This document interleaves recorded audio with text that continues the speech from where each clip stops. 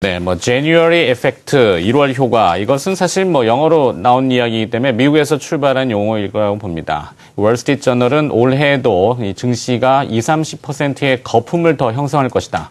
거품이라는 용어가 맞는지 잘 모르겠는데 현지 분위기 한번 또 들어봐야 되겠죠. 글로벌 마켓 나오 갑니다. 김희욱 전문위원입니다. 2014년 첫 거래일 아침입니다. 좋은 꿈 꾸셨는지 모르겠네요. 이제 우리나라 올해 새해 첫 증시가 현재 개장을 40여 분 앞두고 있는 상황입니다. 자, 미국과 유럽 같은 경우는 지금 상당히 분위기도 좋고요. 증시 분위기도 마찬가지입니다. 하지만 우리나라는 산타가 우리를 왕따시켰죠. 산타 랠리가 1월까지 이어지는 게 1월 효과라고 본다면은 글쎄 우리나라는 산타 랠리가 뚜렷하게 없었기 때문에 1월 효과가 같이 없을 것인가, 아니면 산타가 잠깐 좀 지각을 해서 음력으로 산타 랠리가 나올 것인가, 이런 거 좀 생각해 볼 필요가 있겠죠. 일단 오늘 글로벌 마켓 나오는 2014년 첫날 특집으로 해외 증시 전망과 함께 우리나라 증시의 해답을 찾아보기로 하죠. 먼저 마켓워치 준비했습니다. 2014년 금융시장 미리 보기 10, 이렇게 10가지 주제에 대해서 이제 말씀을 드리려고 하는데요. 먼저 첫 번째, 미국 증시 같은 경우에는 강세장이 지속될 확률이 80%다라고 나왔습니다. 지난해의 경우 벌써 2013년이 지난해가 됐는데요. 미국 증시는 S&P 500 지수 기준으로 30%가 연간 상승률을 찍었는데, 이 S&P사의 통계에 따르면 1945년 이후 미증시 연간 상승률이 20%를 넘었을 그랬던 사례가 18번이었는데, 이럴 경우 그 다음해에도 플러스를 기록할 확률이 80%, 그리고 그 다음에 평균 상승률은 10%대에 이르렀다고 합니다. 다음 보시죠. 채권 시장의 리스크가 재점화된다. 일단 연준이 양적 완화, 퀀터테이티브 이징, 채권 매입 규모를 줄이는 것도 있지만 이거는 결국은 미국 경제가 개선되면서 안전자산인 채권에서 자금이 빠져나오는 것과 일맥상통하는 건데, 과연 그러면은 그레이트 로테이션이라는 용어처럼 여기서 빠진 자금이 진짜 증시로 올 것이냐에 대해서는 좀 생각을 해봐야 되고요. 반대로 그동안 풀렸던 유동성이 다시 금고로 들어가서 잠들어버리는 디레버리지가 진행될지, 근데 이런 가정 자체가 불확실성 내지는 리스크라는 거죠. 다음에 이제 미국의 경우는 대형주 위주의 강세장이 지속될 것으로 본다. 그래서 이제 다우지수 구성 종목 중에 존슨앤존슨, 맥도날드, 엑선모빌, 코카콜라, 애플, 마이크로소프트 같은 것들이 이제 나와 있고요. 글쎄, 우리나라 같은 지금 현재 경우는 대형주라고 하는, 앞에서 이제 장용혁 차장께서 빅2, 빅3 얘기하셨는데, 여기에 대해서는 조금 좀 우려가 새해 첫날부터 지금 가중되고 있는 상황인데 반해서 미국은 주마가편이라고 그러나요? 가는 말에 채찍을 더 가한다는 식의, 이런 식의 대형주 위주의 장세가 더 이어질 것으로 본다. 다음에 네 번째는 유로존 경제가 턴어라운드의 원년이다. 사실 피그스 국가들도 이제 조금 숨통이 트이고 있는 상황이고요. 유로존이 프랑스만 빼고는 독일과 영국 등등에서 전부 지금 성장 엔진이 다시 시동이 걸리고 있는 상황인데, 우리나라 입장에서 유로존 살아나는 것도 사실은 굉장히 중요하죠. 대유럽 수출 비중이나 여러 가지 이제 심리적인 영향으로 봤을 때 그렇다고 봅니다. 다음에 이제 일본, 요게 이게 좀 약간 손톱 밑 가시 같은 존재인데요. 아베노믹스가 벌써 이제 집권 2년차, 3년차에 지금 들어가나요?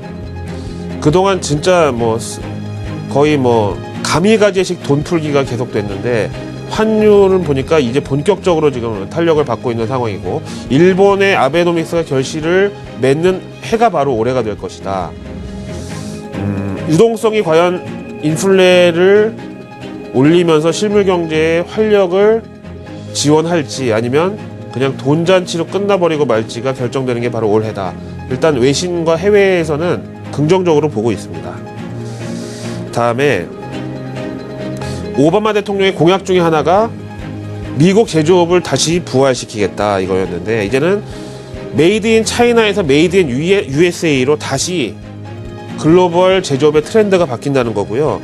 지난 11월에 미국 산업 생산이 사상 최고를 기록했고, 이거 그때 디테일을 봤더니 자동차, 그리고 자동차 부품, 에너지 등 이 제조업이 메이드 인 아메리카로 다시 돌아오고 있는 중이다, 이거죠. 그 다음에 이제 역시 오바마 대통령의 가장 큰 치적 중에 하나가 바로 이 미국의 에너지 자금률을 올리면서 서민 경제에 직접적 영향을 주는 유가를 떨어뜨렸고, 중동 평화도 이룩했고, 이제 두 마리 토끼를 다 잡은 거죠. 반대로 이제 공화당은 자신들의 전통적 지지 기반이라고 할 수 있는 석유 재벌들이랑 무기 제조사들이 뭐 완전히 뭐 지금 쓰러지기 일보 직전까지는 아니더라도 좀 많이 좀 꺾였으니까 불만이 많겠죠. 다음에 이제 금에 대해서 얘기하는데요. 인플레이션 해지 수단으로서의 이 가치냐 아니면 안전자산으로서의 가치냐 이제 이거에 대한 관심이 지속되는데 아무래도 하방 압력은 좀 크다고 보고 있습니다. 뭐 한국은행 금투자에 대해서 뭐 이럴 때마다 뭐 기자들이 이제 많이 기사를 쓰고 하는데 만약에 보유 목적이라고 한다면 거래 목적이 아니라요. 뭐 그게 이상은 없다고 봐도 되겠죠. 9번째, 국채 금리하고 시중 금리가 올라간다. 그렇다면 미국하고 유럽 은행주에는 호재다. 반대로 우리나라는 지금 금리 인하에 대한 이 필요성이 제기되고 있는 만큼 우리나라는 반대가 될 수 있겠죠. 10번째, 지난 2013년 연간 개인 소비 지출이 1.9% 플러스 나왔는데 올해는 2.6% 상승 예상한다네요. 그래서 자동차, 가전제품, 식음료, 호텔 레저 등 내수주나 경기 민감주들이 올해에 본격 상승할 것이라고 미국 증시를 예상하고 있습니다. 전기 가전제품도 좀 많이 팔려서 그야말로 우리나라 IT 기업에도 조금 어부지를 좀 덕을 볼 수 있을까 생각을 해보고 있습니다. 자, 이번에 월스트리트 저널에서 2014년 아시아 경제 테마를 짚어줬는데요. 한번 보실까요? 일단 올해 아시아의 경우는 요 단어가 좀 신경이 쓰이네요. disappointing 하다는 건데요. 왜 실망스럽다는 제목을 저렇게 붙여놨는지 좀 서운하지만 내용을 들어보실까요? 먼저 첫 번째, 이제 중국을 비롯해서 아시아 각국의 수출 경기가 좋아질 것이라는 이 방심은 금물이다.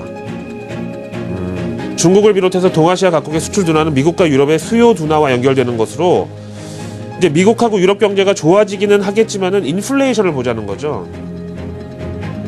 이게 바로 아시아 각국의 수출 경기를 말해주는 것이다. 미국도 지금 인플레이션이 살아나지 못하고 있으니까 이제 이게 살아나야지 아시아 국가들의 수출 경기도 좋아진다. 둘째, 미국의 국채 금리 인상이 아시아 증시 변동성을 초래할 수가 있다. 이렇게 나오고 있고요. 지금까지 미국 국채 금리는 낮아야 좋다고 생각했지만 미국 국채 금리가 낮은 것은 결국 리스크가 적었다는 반증이었고 만약에 금리가 오르기 시작하면 그만큼 리스크가 본격적으로 부과된다는 뜻이다. 따라서 이거는 아시아 증시의 변동성과 불확실성의 요인으로 작용이 될 수가 있다. 또한 아시아 각국 금융기관들의 환 익스포저 그리고 해외 차입 비중이 적지 않기 때문에 미 국채 금리가 오르면 이들의 실물 경제는 득보다 실이 클 수가 있다. 직장에서 아버지 연봉 깎이는 상황에서 애들 용돈이 늘어날 일은 없고 만약에 채권 금리가 올라가서 자금 조달 비용이 올라가는 이 차입 비용에 대해서 은행이 디레버리지를 하려고 나선다면 이게 서민 대출 시장에 있어서 대출의 한도도 줄이고 금리도 올리고 뭐 이런 식으로 영향을 줄 경우에 갑자기 실물 경기가 위축될 요지가 있다는 거죠. 자, 다음으로 이제 미국 경제, 일본 경제 이 중에서 증시 위주로 한번 살펴보기로 할 텐데요. S&P 500 지수 연간 흐름 보실까요? 그야말로 참 책에나 나오는 차트라고 할까요? 계속해서 이제 조정 한 번 받고 더 올라가고 조정 한 번 받고 더 올라가고 계속 이런 식으로 저점을 높여가는 흐름이 나오면서 마침내 1848포인트까지 갔는데요. 이게 이제 12월 31일 마감 지수고요. 우리나라 코스피 전망처럼 월가 금융사들의 S&P 500 지수 전망을 한번 정리해봤습니다. 먼저 시티그룹 같은 경우는 1900포인트를 보고 있고요. 뭐 크게 더 오르기는 좀 힘들 것으로 본다. 그 다음에 뱅크 오브 아메리카 같은 경우는 2000포인트가 마침내 갈 것이다. 역사상 최고점에서 한 20-30%를 더 가는 걸로 보는 거죠. 그 다음에 골드만삭스 1900포인트 보고요. 바클레이도 마찬가지고 웰스파고 같은 경우는 약간의 좀 부침이 있을 수 있어서 지난 2013년 마감가 1848까지 이제 다시 둔화됐다가 조금 조정을 받은 다음에 올라갈 수 있다라고 보고 있고요. 다음에 바로 이어서 번스타인 어드바이저스 리서치의 2014년 글로벌 증시 전망 보시죠. 첫 번째, 미국 증시는 강세장이 지속될 것으로 본다. 이거 지배적입니다. 지난해 글로벌 증시의 주도주가 단연 미국이었는데 주도주가 쉽게 교체되지는 않을 것이다. 두 번째, 일본이 이머징과 동아시아를 추월할 것이다. 하지만 환율 전쟁이 재현될 수 있다는 건데요. 니케이 지수 상승률이 연간 53%를 작년에 기록했고요. MSCI 이머징 지수는 마이너스 1%. 참 비교가 된다. 그동안 잠들어있던 일본이 올해 본격적으로 깨어나는데 그럴 경우 이머징 마켓에서 일본과 롱숏 가능성 있는 나라들은 조심을 해야 된다. 우리한테 해당되죠. 세 번째, 유로존의 스몰캡 주식들에 관심을 가져라. 이게 진짜로 올해 유망주다. 네 번째, 미국의 지방정부 채권들이 가장 먼저 움직일 수가 있다. 미국 채금리가 올라가면서. 다섯 번째, 금은 온스당 $1,000 밑으로 추락할 것이다. 여섯 번째, 아메리칸 제조업 르네상스가 재현된다. 앞에서 보셨죠? 연준이 예상보다 현행 저금리 기조를 오래 유지할 것이다. 유동성 환경은 올해도 친시장적일 것이다. 여덟 번째, 투자자들은 유동성 장세를 뒤늦게 즐기기 시작한다. 극단적으로 표현하면 폭탄 돌리기인데요. 야, 이제 파티의 음악이 끝나간다. 아홉 번째, 대형주하고 같이 주는 쉬어갈 차례다. 근데 앞에서 보신 마켓워치 전망하고는 조금 배치되는 면이 있고요. 이거는 리서치사 의견이니까. 열 번째, 미국의 중소형 금융주가 올해도 선전할 것으로. 작년 같은 경우에는 대형 은행주보다 중소형 금융주가 이제 선전을 했다는데요. 이게 우리나라 이제 코스닥하고 좀 비슷하지 않나는 생각을 들고요. 그 다음에 이제 골드만삭스, 유로존의 이제 금융계 대부라고 할 수 있는 ECB 마리오 드라기 총재와 영란은행장 마크 카니의 친정, 골드만삭스의 글로벌 경제 테마 10 보시죠. 미국과 유럽 선진국들의 경제 회복이 본격적으로 올해 탄력을 받는다. 두 번째, G4 국가들 중앙은행이 저금리 기조를 계속 유지는 할 것으로 예상하는데 시중금리는 올해 좀 올라갈 것 같다. 이게 이제 실물 경제에서 어떤 영향을 주는지를 보자. 세 번째, 일단 미국도 그렇고 지난해 이미 오를 만큼 많이 올랐는데 이게 전적으로 유동성 장세였다고 하면은 유동성의 썰물이 올 때를 지금 리스크 프리미엄으로 적용해야 되지 않겠느냐. 네 번째, 유동성은 증시의 무조건적인 호재가 맞죠. 하지만 인플레 측면에서는 언젠가 유동성이 이 인플레를 올리기 시작할 때 주가가 점점 더 비싸게 보일 수가 있다. 다섯 번째, 앞에서 보신 환율 전쟁이랑 비슷한 설명이고요. 그 다음에 여섯 번째, 요거는 한번 생각만 해보자. 우리의 경우는 그냥 부러울 따름이니까요. 일곱 번째, 일단 앞에서 보신 대로 선진국이 잘 가면 이머징이 따라서 잘 갈까? 이런 질문에 대해서는 좀 회의적으로 봅니다. 여덟 번째, 결국 여기서 이제 우리 대한민국이 언급됐는데요. 폴란드, 체코, 헝가리, 그리고 한국과 대만은 올해도 인플레이션이 좀 못 따라올 것 같다. 즉 성장 둔화에 대한 우려가 있다. 아홉 번째, 상품 시장의 다운사이드 리스크는 연장된다. 이건 월가 금융사들이 상품 시장 투기를 못하게 규제했던 것과 시점이 맞물리는 것도 있고요. 중국을 비롯해서 동아시아 수출 중심 국가들의 상품 수요가 올해도 조금 불안정하다. 열 번째, 지금 중국 경제 성장률이 7%냐 7.5%냐 이런 거보다는 빨리 경제적으로 안정을 되찾는 게 중요하고, 이게 결국은 동아시아 증시의 외국인 투자자들 투심을 결정할 것이다. 앞에서 중국도 지금 조사 들어간다고 지금 얘기가 나왔는데요. 자, 국채금리가 실물 경제에 어떤 영향을 줄까? 오르긴 오를 것 같다는데요. 이거 한번 보면서 생각해 보실까요? 지난 12월 31일 2013년 마지막 거래일 미국의 국채금리 10년물은 3%를 넘어가면서 마감을 했습니다. 코스피 지수하고 같이 이제 붙여서 보실까요? 3.03%에 마감을 했고요.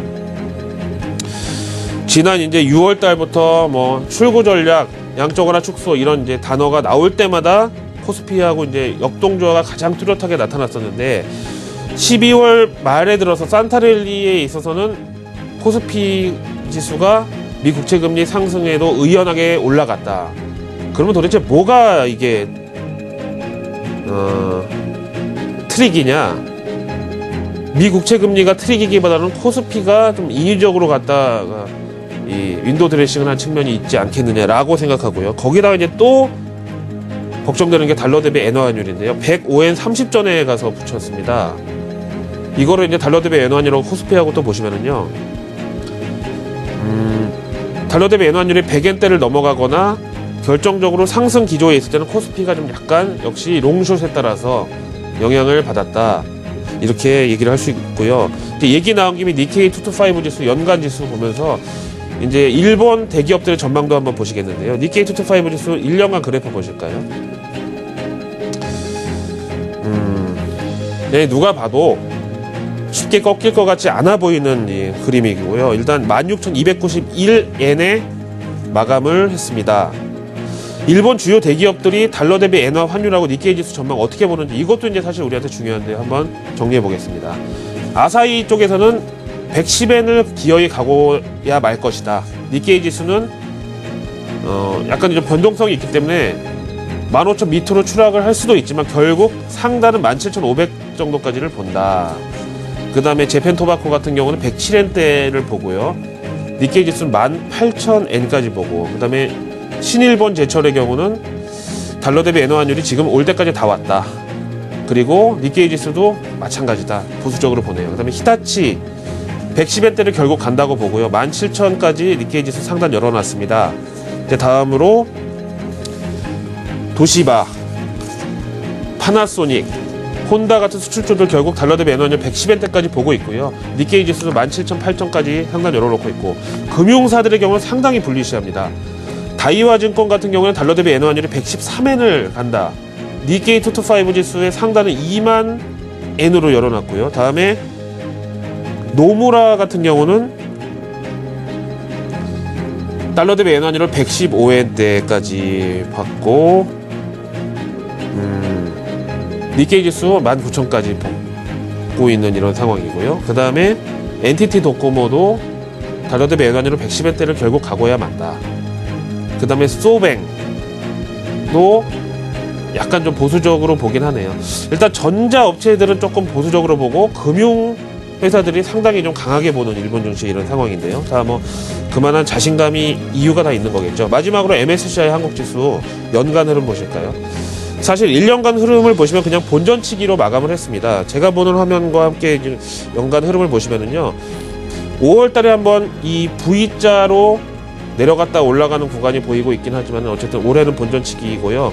일단 64.67, 64가 코스피 지수 2000선 초반이라고 본다면 외국인들도 일단 급하게 윈도우 드레싱에 이제 지난 연말 참여를 하면서 마감을 했고요.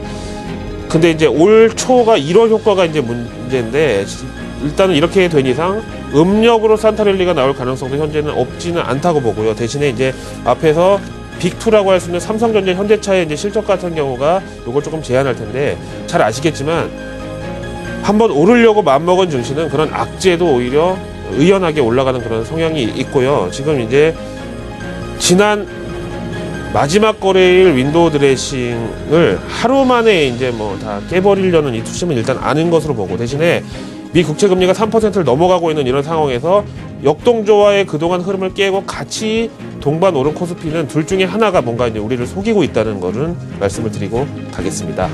자, 오늘 2014년 첫 거래일 힘차게 대응 잘 하시고요. 저는 이만 물러갑니다. 글로벌 마켓 나우의 김희욱이었습니다.